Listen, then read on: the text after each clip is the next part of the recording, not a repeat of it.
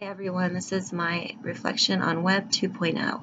I thought that Professor Wesch's lecture was really interesting.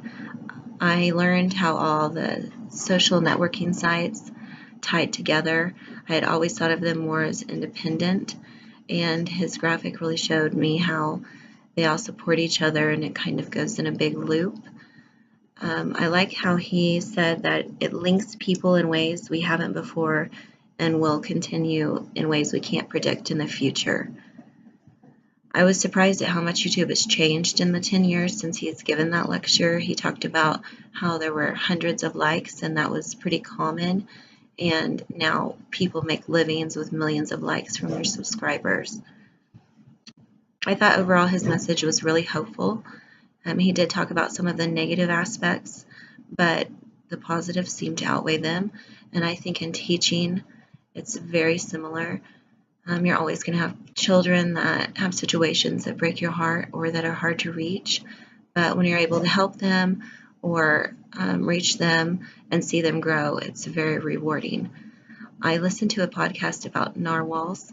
My daughter loves narwhals, and having so much homework this summer, I feel like I haven't been as present as I normally am for my children, so this was something that we could do together.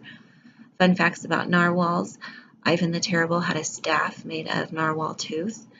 In Danish, narwhal means corpse well because of their gray coloring.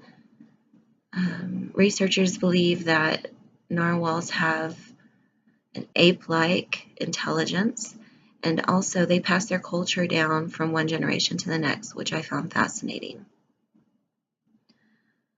I think that you could use a podcast in the classroom to either do research, have the kids listen to it for their research projects, or they could also present their own podcast on something they are researching.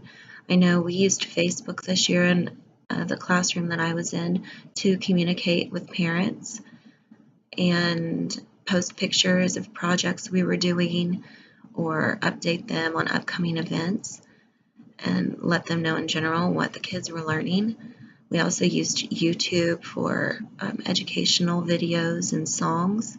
The only problems I would see with that is you have to make sure that your page is private for privacy laws and that only the parents can see that on Facebook.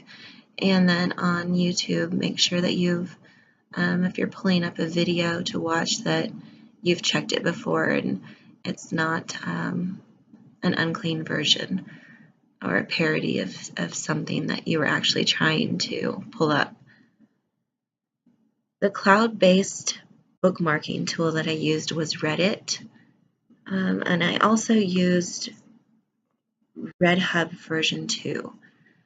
Both new to me. I'd never done anything like that. I bookmarked on both sites. It was pretty overwhelming to me, honestly. A lot of information. It seemed pretty random and just everywhere, all the information. But I think it's something that when I have some more free time, I'll go back and try to experiment with more. It's definitely a platform that I have a lot to learn about still. I think that's everything.